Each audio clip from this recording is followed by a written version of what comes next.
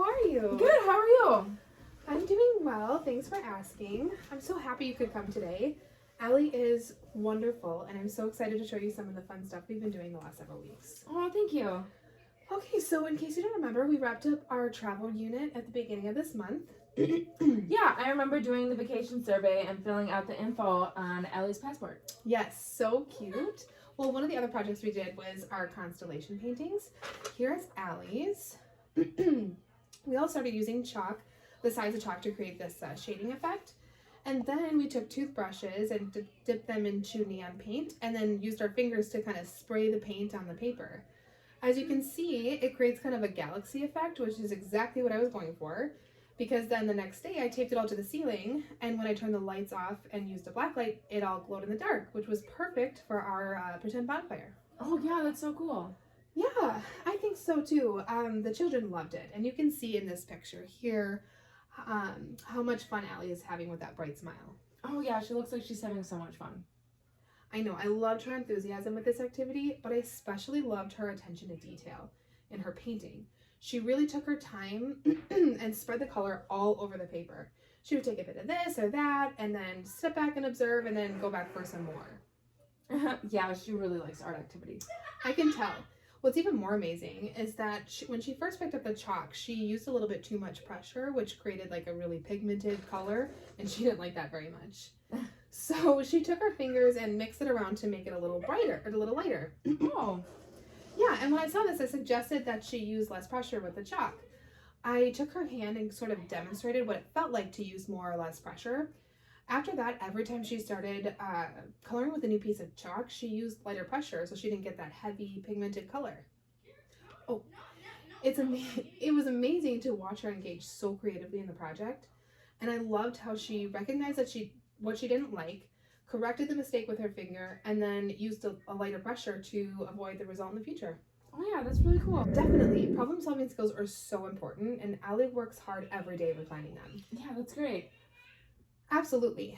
She also loves she also loves sensory activities. During free play, she definitely favors the art and sensory centers. Here are a few of her more recent finger paintings, which are just lovely. She uses so much color and has so much fun smearing it around. I love how she will go back and forth from using the painting tools in her fingers. I think she likes the different marks that she can make using the different tools, which you can really see in this one here. Oh yeah, that's so much color. I know, and she mixes them well. She learned really quickly not to mix too much brown or black. Here are a couple of her paintings from the beginning of the year. And then here are 3 from just the last few months. You can see in this one that she mixed all of the colors and they kind of melted into this like brownish green color. And then in this one, which is from yesterday, she used her hands to smear around the blues and the purples, but then she used a brush for the black and the green. Yeah, she is so creative and she loves to draw at home. I just wish I had more time to paint with her, but with work and everything, it's hard. Oh yeah, I totally get that. I find my head spinning most days with work and kids and everything else. Allie tells me that she gets to paint at Grandma's house though. Oh yeah, Grandma loves to paint and she has a whole setup in her basement, so Allie really likes to go there. I bet. That's so cool. Allie definitely has a knack for creativity, and that's awesome that she gets to exercise that creative outlet with you and Grandma. Yeah. Although she is very creative, I have noticed it can be fairly difficult to understand her when she's speaking. I've made some progress deciphering what she's saying, but mostly because we spent a lot of time together, so I've grown really accustomed to her language and her nonverbal communication, like body language or hand gestures. Is that uncommon? She is only 3. Generally, children at this age are expected to speak in 2 to 3 word sentences on average. On average meaning some will be less, some will be more, but most of the time it's 2 to 3 sentences. And with that, others should be able to understand children at 3 years old at least 50% of the time. And several staff members, myself included, have had a really hard time understanding what she's saying. Oh. But that's why we're here, to set Allie up for success. I have here a checklist that I used to determine how well myself and others can understand Allie. I also did the checklist with 3 other children to get a baseline comparison of language development between her and her peers. As you can see here in the 3 columns, we have primary teacher, which is me, unknown listener, which would be teachers that come in for either my lunch break, a bathroom break, or on days that I'm not here. And then we have in the last column peers, which would just be the other children in the classroom. I simply put a check mark if I understand her or an X if I don't. When another teacher comes in, they will just mark it for themselves, or when they observe interactions between her and her peers. Each of them I did over the course of 2 weeks. First in November, then in January, and then finally at the beginning of this month. I also did the checklist with 3 other children just to. I already said that. Sorry. In the November and December, I did the checklist with the same group of 3 children, but then in this last one, at the beginning of this month, I chose 3 different children just to get some variety in my comparisons. So looking at the first one, you can see that I was able to understand her 26% of the time. Other teachers were able to understand her 15% of the time, and her peers were able to understand her 10% of the time. And then looking at all the other children's, her numbers are much lower. So what are you saying? Is there something wrong with Allie? Well, at that point, it was too soon and we had far too little information to have a valid concern. Julie and I spoke, and I decided to continue with the normal routine and watch how she progresses from just being immersed in language through the classroom discussions, play experiences, activities, and group readings. Children learn and develop a lot simply through the experiences and interactions they have just in the program. Okay. It is really common for a child who has never been in an early childhood program to enter with minimal language skills, and then once they've had a time to engage in the program, their language will just explode. Okay, that makes sense. This is her first time in daycare, so how is she doing now? So I did the checklist again in January and at the beginning of this month. In January, 2 of the other children increased to the average range, and the other had increased to more of the advanced range. Like I mentioned earlier, I chose to monitor 3 different children for the last checklist. Looking at their numbers are fairly similar.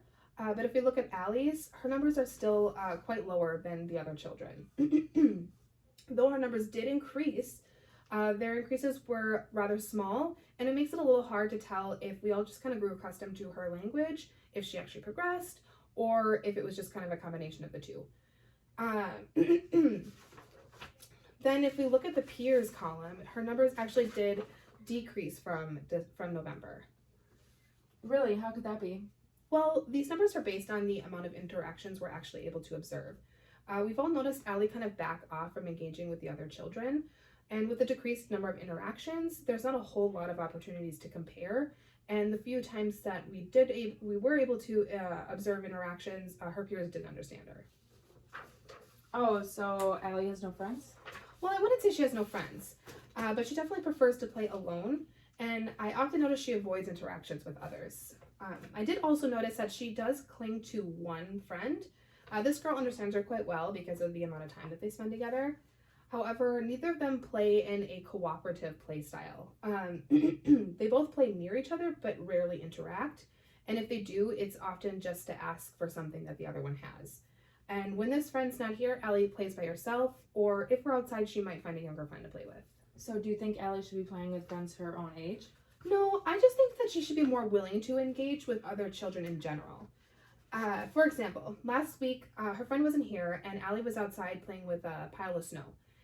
The other group of children were playing the game Marco Polo, and Allie was just like watching these children intently.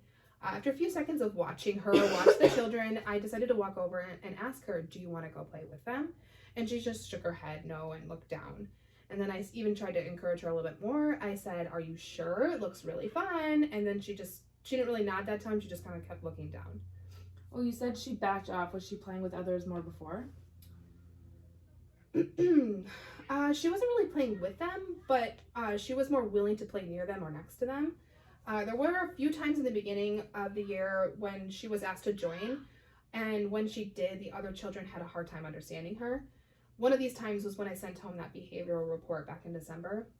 Oh, when she screamed in that child's face and pushed him? Yes, it was all because she wanted something he was playing with. I don't exactly, and he couldn't understand what she was saying. I don't exactly remember what it was, but I tried to calm her down and ask her to use her words and say, "Can I play with that, please?" But she just kind of like looked at me with tears in her eyes. I decided to just back off and see what would happen, and I watched her kind of just stare at him for a couple seconds, playing with the toy, and then she just kind of lunged for him and screamed in his face, and then took the toy.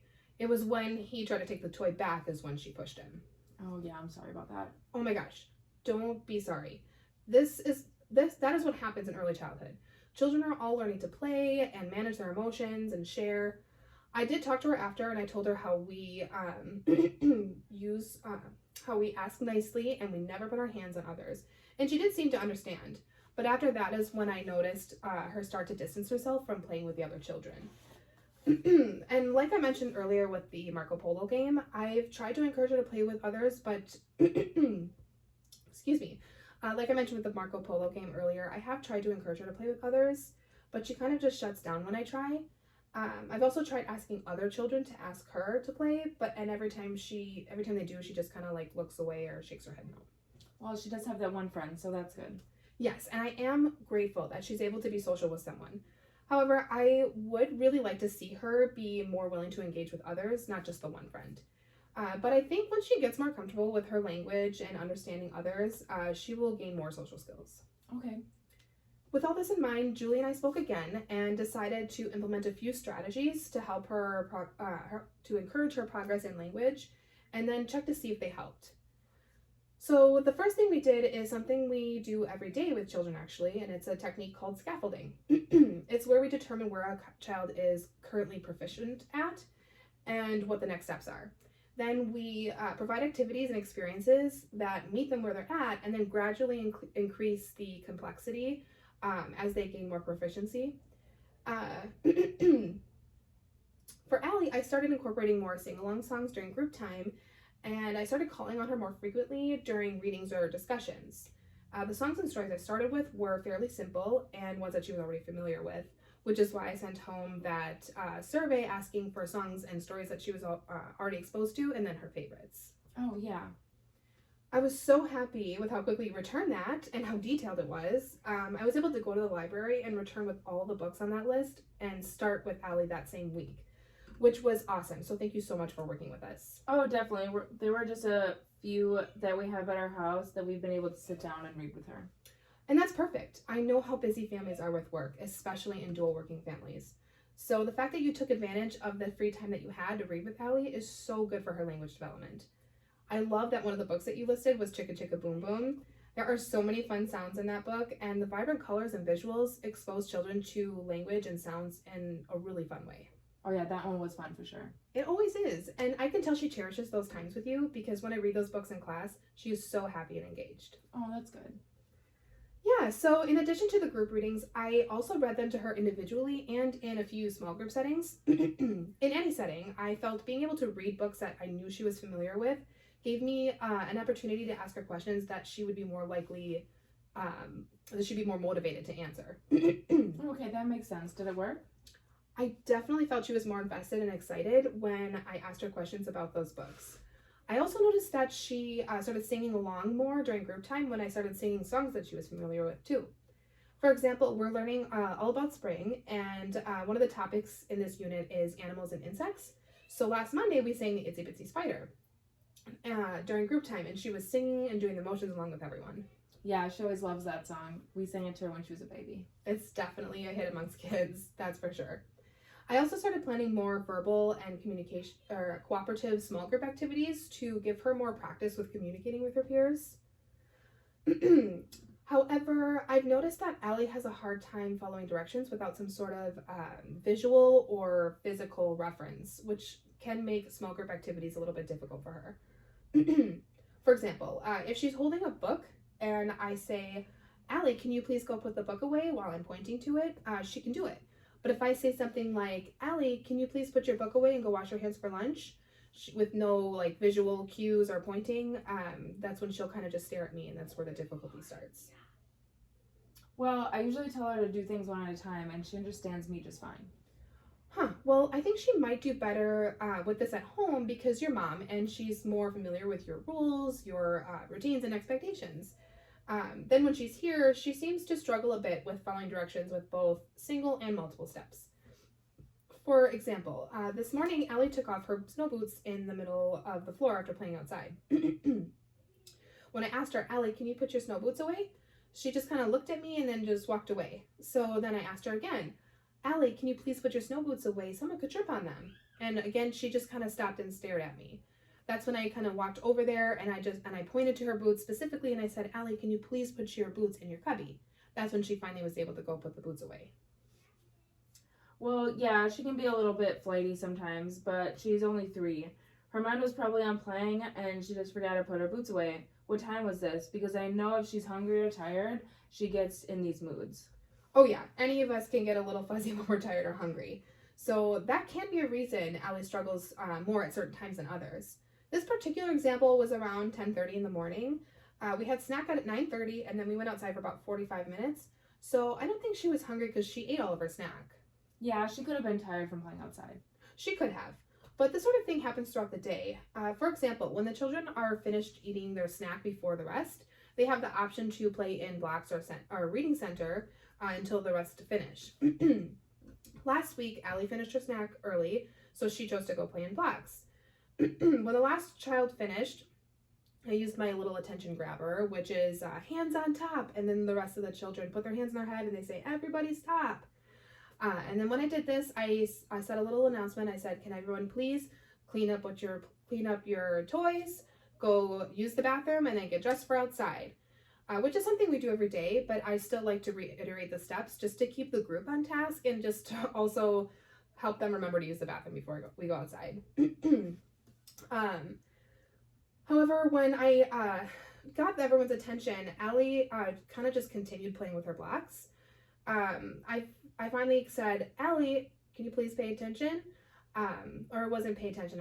I called her name. I said, Allie, and she looked up at me. And that's when she kind of looked around and noticed that everyone else was standing there with their hands on their head. And she just snapped her hands onto her head and looked at me. Then once I finished with my announcement and all the kids went and got ready, Allie, again, just kind of continued to play with her blocks. So I went over there and I asked her specifically, Allie, it's time to clean up your toys. Can you clean up and go get ready for outside? She looked up and watched everybody getting ready, and then she just popped up and cleaned her blocks up and then went to go get ready for outside. Do you think she just didn't want to stop playing? No, I think if she was trying to keep playing, she would have been upset with me after going over and telling her specifically to clean up the blocks. But she wasn't upset at all.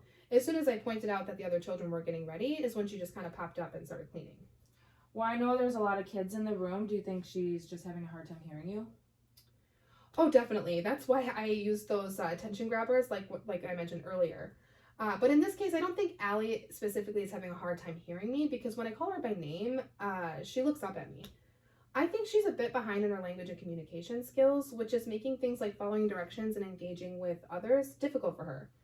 Earlier, when you said you normally tell her directions one at a time, is that because you noticed she was having a hard time carrying out more than one task at a time? Yeah, but I figure that's only because she's 3 and it was just too much for her. Okay, so when you started giving her one direction at a time, did you still find that she was struggling a bit? A little bit, but she picked it up pretty quickly, I felt. That's great.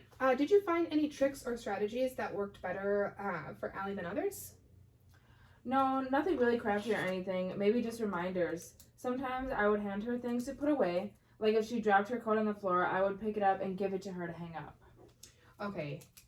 Yeah, reminders can definitely be helpful. And that sounds pretty consistent with what I'm noticing here as I've also had to give her things specifically in the past. I think Allie does better with carrying out tasks that she's already familiar with, especially those that are established parts of routines that we carry out consistently each day. For example, Monday, we read Pete the Cat and the Itsy Bitsy Spider. The first time I read the book, everyone just listened. And then for our small group activity, we decorated signs to cheer on the Itsy Bitsy Spider. And here's Allie's. Oh, that's so neat.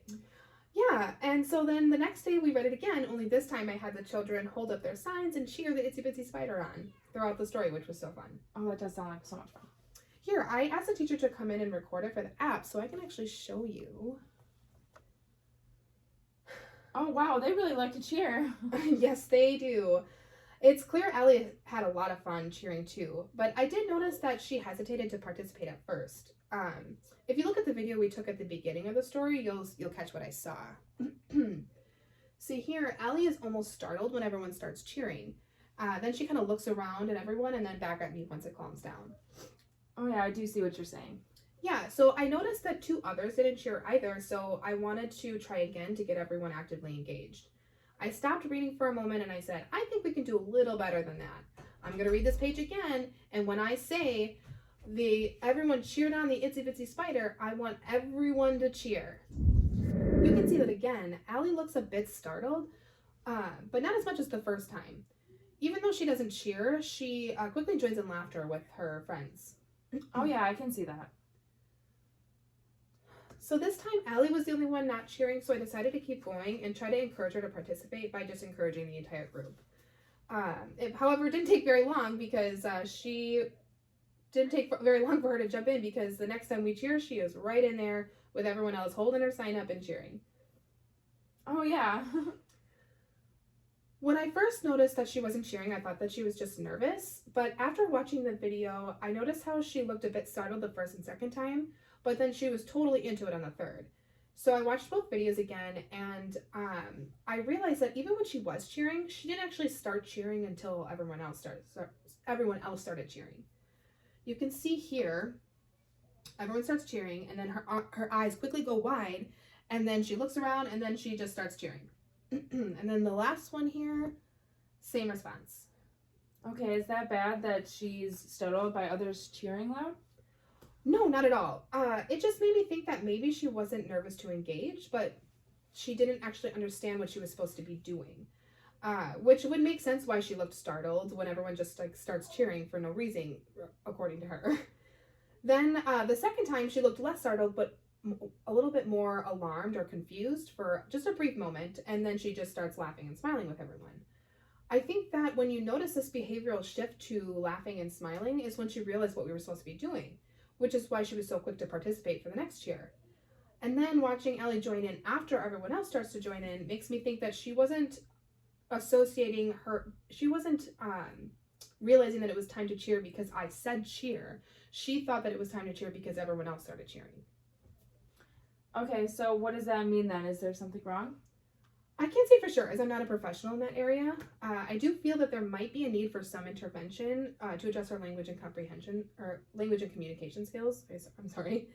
It appears because it does appear to be interfering with her ability to engage with her peers socially and engage in activities in the classroom. We did read this book again yesterday, but this time I told everyone that I wanted their best cheers, so we were going to practice a few times before we start. Just like the first time, I said I want everyone to cheer when I say cheer or cheered. I spent a few times saying cheer or cheered, and then I would point to the group to signal that it was their turn to cheer. I paid close attention to Allie this time, and I noticed that the first time that we practiced, she again looked a little bit startled, but then was laughing with everyone. But then I think she remembered what we were doing from Monday, because after that, every time that we practiced, she started cheering quicker and quicker and quicker. Then before I started reading again, I said, remember, when you hear me say cheer or cheered, that means it's time for everyone to hold up their signs and cheer. I want you all to try and give the tiny spider your best cheers. This time when I read, Allie was holding her sign and cheering each time right on cue. Oh, well, that's so good. Yes, it made me feel so good, and it made me feel so good to see her so happy and engaged. I think practicing helped her understand what she was supposed to be doing because we were physically acting out the directions. We can do stuff like that for Allie to accommodate her while she's refining her language skills, but I think it might be beneficial to bring these things up to a professional in case she needs a little more help in ways that we're unqualified to provide. Okay, so where do you think I should take her? Should I ask her doctor? Contacting her doctor is a great start. Also, something to consider would be calling the school district. They offer developmental screening opportunities to all families in the district. 1, to ensure children are ready for school, and then 2, to help families catch red flags early so that they can start any possible interventions that might be needed as soon as possible. Oh wow, I didn't know that. Yeah, I think they're a great resource because if they do notice concerns, they'll explain them to you in detail, provide you with a physical copy of the screening and a written summary of their analysis. This way you can take this way when you do go see your pediatrician, you can take the screenings from here, the district for their review, which will make the whole process a lot smoother and faster. Okay, do you have their information? I do, yes, and I put them right in her folder right here, which is where you could also put those checklists that we went over earlier. That's right here. Okay, great, thank you. Absolutely. So lastly, I did a language screening in January with Allie. It's right here. In section 1, I showed her pictures of several items, like animals, food, places, and so on. And then after that, I would ask her a question like, can you tell me about this? Or can you tell me something about this? After I showed her, out of the 8 images I showed her, she was able to correctly identify 3 of them. I noticed there were multiple times when she seemed like she was familiar with or excited by an image, but she wasn't able to tell me what it was, or she would respond with a word or a sound that wasn't correct. For example, when I showed her a picture of a cat, her response was meow, and then the same thing for the duck, she responded with quack quack. I'm surprised you didn't know those. We've looked at animal books a lot in the past. Oh, I'm sure you have. But a lot of times family members will say things like meow or quack when they talk about those animals, and sometimes those sounds will stick longer than the actual word. And then when they say those things, it sounds cute, so family members, especially grandmas, will react with, oh, how cute, which can sound like, yes, you're right, to a child. Oh yeah, that makes sense. It is cute though, but I can see how a child can get confused like that. Right, especially with children who haven't been in a program before. But that's okay. The best time to catch these things is now, and that's why we look out for these things, so we can address them right away and get them on track where they should be. Children learn so much and so fast because their brains are just rapidly growing little sponges. Oh yeah, they do grow fast. They sure do. Okay, so then moving on to section 2, I printed and cut out pictures of food, toys, clothing, and then some school items. And then I would place them in front of her and ask her to sort out things in a given category. So for example, I would say, can you pick up all of the food and put it in a cup? And then with the toys and so on. She was able to sort out all the toys and all of the food, but she couldn't find any school items, and then she was, out of the 4 clothing items, she was able to identify 3 of them. Oh, so what does this mean? This simply just helps me understand her language comprehension. Her responses tell me that she has trouble matching some words to their verbal categories, but not to others. So when I say find all the toys, she hears toys and is able to associate the images of toys with that category. But then she struggled a little bit with school and clothes. Okay. So then in section 3, I showed her several comparison images and asked her questions about them. For example, I showed her a picture of a dinosaur next to a mouse, and then I asked her which one is big, and she pointed to the dinosaur, which is great. However, when I pointed to the mouse, she had no response. She just said nothing? No, she just stared at me. So then I asked her, is this a cat? And she giggled and shook her head no. So then I asked her, what sound does this animal make? And she again just looked at me. So then I moved on to the next one. Excuse me. There were 8 total comparisons, and out of this category, she was able to answer 4 correctly. The reason for the checklist were to try and get the most accurate percentage of how others understand Ellie, and then the screening was to get an idea of her language comprehension and articulation.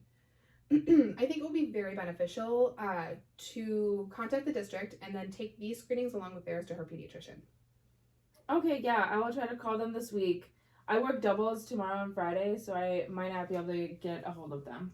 Okay, that sounds great. And if you have a hard time getting a minute to call, let me or Julie know, and we can try to get you an appointment too. Again, I know what it feels like to be crazy busy, so I have no problem helping out if you need it. Oh, wow, that would be absolutely amazing. I will try to call them tomorrow, but if I can't, I will let you know. Okay, perfect. Just let me make sure that your email is correct, because they'll send you an email to confirm the appointment. Yep, everything looks correct. Okay. Awesome. awesome. And you know what? I actually just thought of something. I believe that they're also might be willing to come here to do the screening. I thought so. We work with them quite often. Actually, we have another child who receives speech therapy through the district, so a therapist comes here weekly to work with them. And then we've had several in previous years too. Oh, yes, that would be nice. I thought so. I think, and Julie, correct me if I'm wrong, there's just a form that you would need to fill out to give the screener and us permission to perform the test without you present. Okay, yeah, that's no problem. So when you give them a call, just let them know that you're interested in having the test, the screening done here. Otherwise, we can call them and just tell them, and then they'll email you that confirmation and the authorization form. Okay, would you guys be able to print that form for me? Oh, definitely. You can email it to me or Julie, and we will print it out, and then you can just fill it out and sign it at drop-off or pickup. Okay, great. Thank you so much for your help. Oh my goodness, it's no problem whatsoever. Thank you so much for working with us to support Allie. It makes things so much easier to it makes things so much easier for us when we can work collaboratively with our families. So we really appreciate your involvement in Allie's education. Oh, thank you. I try to do as much as I can, with work and everything. You're doing amazing, Mom. Seriously, Allie is wonderful, and we are so happy to have her here in the program. I can't wait to keep working with her and watch her learn and grow. Oh, seriously, thank you so much. Absolutely. So in the meantime, I will continue to plan activities and experiences that suit Allie's needs for language and communication. And then once we determine what Allie's next steps are after her evaluation, we can meet again to go over a new plan that meets her needs the best. Okay, sounds good. Well, I don't have anything else to go over. Do you have any questions for us? No, I don't think so. We kind of covered a lot, but I think I got it all. Yes, we did. But that's okay. If you think of anything, you can always email me or you can ask me specifically in person at drop-off or pickup. Okay, sounds good. Great. Well, thank you so much again for coming in. Please let me know if you need anything. Okay, I will. Thank you. Absolutely. I hope you have a great rest of your night. Thank you. You too. Thank you. Bye. Bye.